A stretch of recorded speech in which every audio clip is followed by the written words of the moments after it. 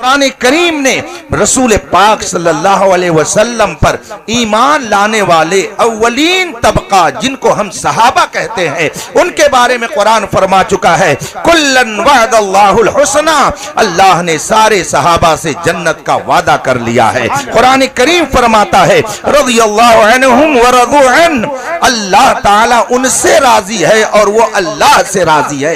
یہ صحابہ کرام کی مقدس جماعت کے بارے میں قرآن ارشاد فرماتا ہے، لہذا اگر کلمہ پڑھنے کے باوجود کوئی صحابہ کی شان میں تبرہ کرے تو وہ سب کچھ ہو سکتا ہے مگر وہ سچا مومن نہیں ہو سکتا ہے۔ اس لیے کہ قرآن کریم نے جن کے لیے جنت کا وعدہ کر لیا، ہم اور آپ کون ہوتے ہیں کہ ان کی شان میں گستاخی کریں اور ان پر تبرہ کریں؟ اب بات آ گئی ہے صحابہ کی، تو آپ سے میں یہ پوچھنا چاہتا ہوں، نبیوں کے بعد، رسولوں کے بعد اس پوری کائنات میں وہ کون سا انسان ہے جو سب سے افضل ہے؟ وہ کون سا انسان ہے جس کا رتبہ سب سے بلند ہے؟ وہ کون سا شخص ہے، وہ کون سی شخصیت ہے کہ جس کو اللہ تبارک و تعالی نے رسول پاک پر ایمان لانے کی برکت سے اس کائنات میں سب سے افضل انسان قرار دیا ہے؟ آپ مجھے بتائیے وہ کون انسان ہے؟ وہ کون ہے؟ کون ہے نبیوں کے بعد، رسولوں کے بعد جو سب سے افضل انسان ہے؟ وہ کون شخصیت ہے؟ آپ ہر جمعہ کو خطیب کے ذریعہ یہ جملہ سنتے رہتے ہیں، خصوصاً علی افضل البشر بعد الانبیاء بالتحقیق سیدنا و مولانا ابی بکر الصدیق۔ ہر جمعہ کو خطیب خطبے میں یہ پیغام آپ کو دیتا ہے کہ نبیوں کے بعد سب سے افضل انسان حضرت سیدنا صدیق اکبر کی ذات ہے۔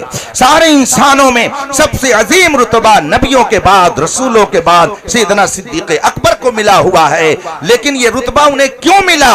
روزہ اور نماز کی کثرت کی بنیاد پر نہیں، خود رسول پاک صلی اللہ علیہ وسلم نے ایک موقع پر ارشاد فرمایا ما فاق ابو بکر بکثرت الصلاۃ والصوم ولکن بشیء اقر فی قلبی۔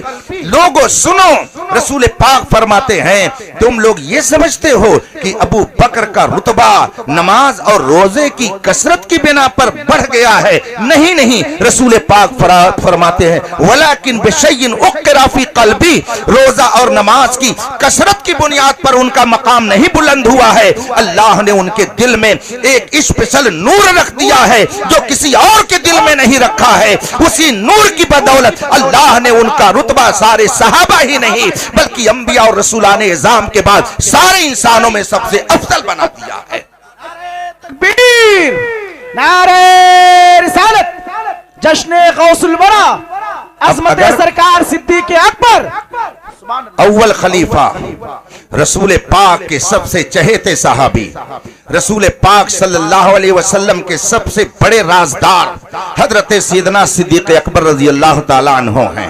ان کے بعد حضرت سیدنا عمر فاروق اعظم ہیں، ان کے بعد حضرت سیدنا عثمان غنی ہیں، ان کے بعد حضرت سیدنا مولائے کائنات علی مرتضیٰ ہیں۔ یہ چار خلفائے کرام وہ ہیں کہ اس ترتیب کے خلاف اگر کوئی مانے گا تو وہ سنی نہیں رہ سکتا ہے، وہ بدعقیدہ اور بد مذہب ہو جائے گا۔ یہ ہمارا ایمان اور عقیدہ ہے، اہل سنت کے بنیادی عقیدے میں یہ چیز شامل ہے کہ اگر ہم نبی کا کلمہ پڑھتے ہیں تو نبی کے وہ مقدس صحابہ جنہوں نے اپنے تن من دھن سے رسول پاک کی بارگاہ میں خود کو پیش کر دیا ہے، وہ جماعت صحابہ اتنی عظیم ہے کہ مجموعی طور پر سارے صحابہ کا رتبہ اتنا بلند ہے کہ قیامت تک غوث قطب ابدال تو ہو سکتے ہیں مگر ایک صحابی کے درجے کو کوئی نہیں۔ حضرت سیدنا ابو سعید خدری رضی اللہ تعالیٰ عنہ سے حدیث ہے، فرماتے ہیں کہ اللہ کے رسول صلی اللہ علیہ وسلم نے فرمایا لا تسبوا اصحابی، میرے صحابہ میں سے کسی کی شان میں غلط لفظ مت بولنا۔ فلو ان احدکم انفق مثل احد ذهبا ما بلغ مدہ ولا نصیفہ، اللہ کے رسول فرماتے ہیں میرے صحابہ میں سے کسی کی شان میں غلط لفظ مت بولنا۔ حضور فرماتے ہیں ان کا رتبہ یہ ہے کہ اگر تم میں کا کوئی